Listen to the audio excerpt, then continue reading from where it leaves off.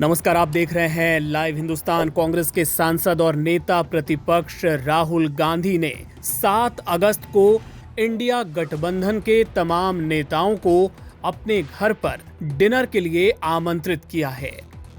जी हां, ऐसे वक्त में जबकि उपराष्ट्रपति चुनाव की सरगर्मियां तेज हैं और इसके अलावा बिहार में एसआईआर यानी वोटर लिस्ट के मुद्दे को लेकर संसद में विपक्ष लगातार हंगामा कर रहा है, इस बैठक को काफी अहम समझा जा रहा है।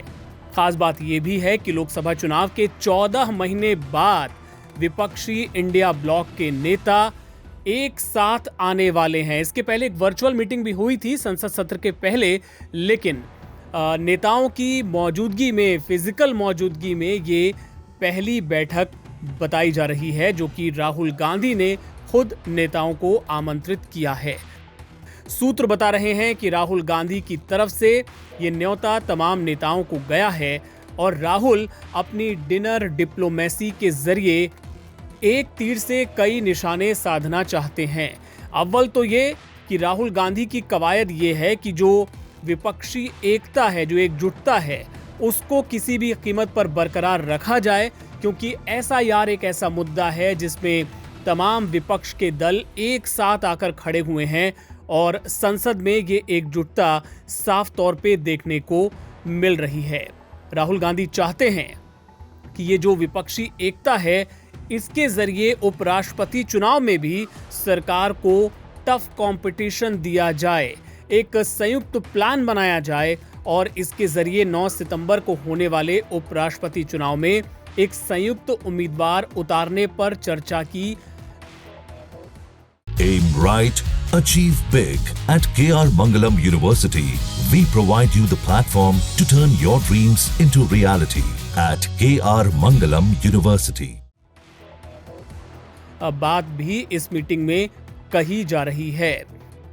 आपको बताएं कि लोकसभा चुनाव के नतीजे आने के बाद से जिस तरीके से तमाम जो विधानसभा चुनाव हुए, उसमें इंडिया गठबंधन के जो दल हैं वो एक दूसरे के खिलाफ लड़ते नजर आए, लेकिन अब जबकि कई बड़े मुद्दों को लेकर सरकार घिरती हुई नजर आ रही है, ऑपरेशन सिंदूर पे विपक्ष ने जिस तरीके से संसद में सरकार के खिलाफ हमला बोला, पहलगाम हमले को लेकर सरकार को घेरा, उसके बाद से ये जरूरत महसूस हो रही थी कि एक मंच पर सभी को फिर से आना जरूरी होगा और राहुल गांधी की ये जो डिनर डिप्लोमेसी है, ये उसी दिशा में किया जाने वाला प्रयास बताया जा रहा है।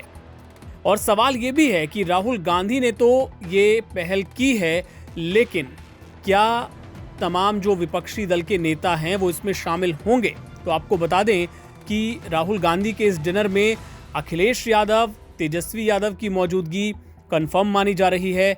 इसके अलावा शिवसेना यूबीटी के उद्धव ठाकरे वो भी उस वक्त दिल्ली में ही होंगे। एक तरह से उनकी पुष्टि भी हो गई है, क्योंकि 6 और 7 अगस्त को वो दिल्ली में मौजूद होंगे। इसके अलावा शरद पवार की पार्टी एनसीपी, जेएमएम और अन्य गठबंधन के नेताओं के इसमें शामिल होने की उम्मीद है। झारखंड मुक्ति मोर्चा को लेकर जरूर अब ये माना जा रहा है कि खुद हेमंत सोरेन शायद ना आ पाए, चूंकि शिबू सोरेन का दुखद निधन हुआ। ऐसे में उनकी पार्टी का कोई नुमाइंदा इसमें आ सकता है। वहीं तमिलनाडु के सीएम बताया जा रहा है कि कुछ एम के स्टालिन अस्वस्थ चल रहे हैं, लेकिन अगर सेहत सही रहती है तो वो यहाँ पे आ सकते हैं। और टीएमसी को लेकर तस्वीर साफ नहीं है, क्योंकि ममता के रुख को लेकर हमेशा से ये आशंका रहती है, क्योंकि पश्चिम बंगाल में विधानसभा चुनाव होने हैं और वहाँ पर टीएमसी के साथ कांग्रेस के रिश्ते बहुत अच्छे नहीं हैं।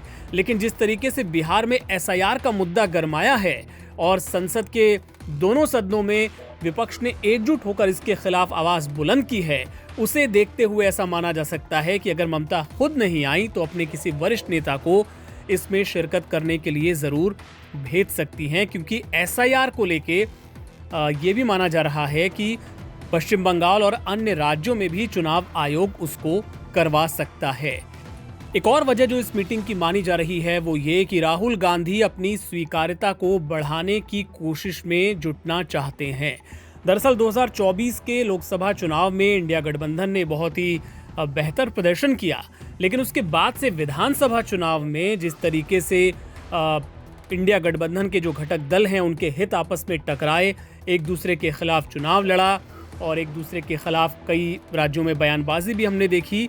लेकिन राहुल गांधी चाहते हैं कि इंडिया गठबंधन राष्ट्रीय स्तर पे कम से कम एक नजर आए और जब कोई बड़ा मुद्दा हो, मसलन एसआईआर का मुद्दा हो गया या उपराष्ट्रपति चुनाव की बात हो गई या कोई दूसरा राष्ट्रीय मुद्दा हुआ, उस पे इंडिया गठबंधन एक नजर आए और एक होकर सरकार के सामने खड़ा हो।